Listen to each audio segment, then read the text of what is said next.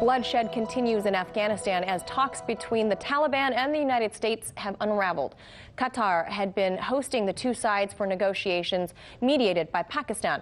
But the Taliban canceled the meeting over U.S. insistence that the Afghan government be included on the talks.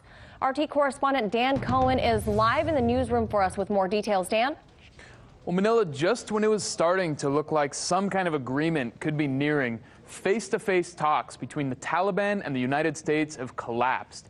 The Taliban canceled with U.S. negotiators over the issue of the Western-backed Afghan government. Now, the Taliban rejects that government's legitimacy and says it's a puppet of Washington. With negotiations at a deadlock, Taliban insurgents and Afghan security forces continue the bloodletting, with neither side gaining any ground.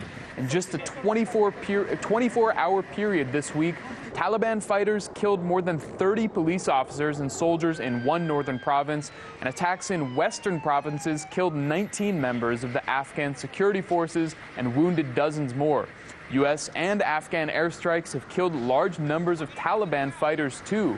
But more than anyone, civilians continue to pay the price. 2018 saw almost 7,400 civilians killed, a huge increase from previous years, and 4,260 of them were victims of improvised explosive devices and suicide bombings, a clear sign that the insurgency isn't going anywhere. The U.S., on the other hand, is ready to draw down its presence. In December, President Trump reportedly directed the Pentagon to make a plan to remove half of the 14,000 troops stationed in Afghanistan. Meanwhile, the Afghan government is looking east to restart negotiations. Afghan National Security Advisor Hamdullah Mohib met with the Chinese foreign minister on Thursday to, quote, bring some long-term stability to our region. The Afghan government is also looking to Pakistan to pressure the Taliban to engage in talks. They have influence over Taliban.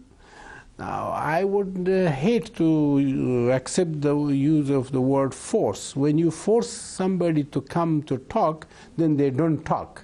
You have to encourage them.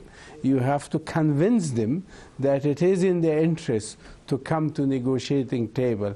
And I think that's what Pakistan is doing. With the U.S. withdrawing troops from Syria and Trump seemingly intent on getting ground forces out of Afghanistan, we'll have to see how much more the longest war in U.S. history will go on. Reporting from the newsroom, Dan Cohen, RT.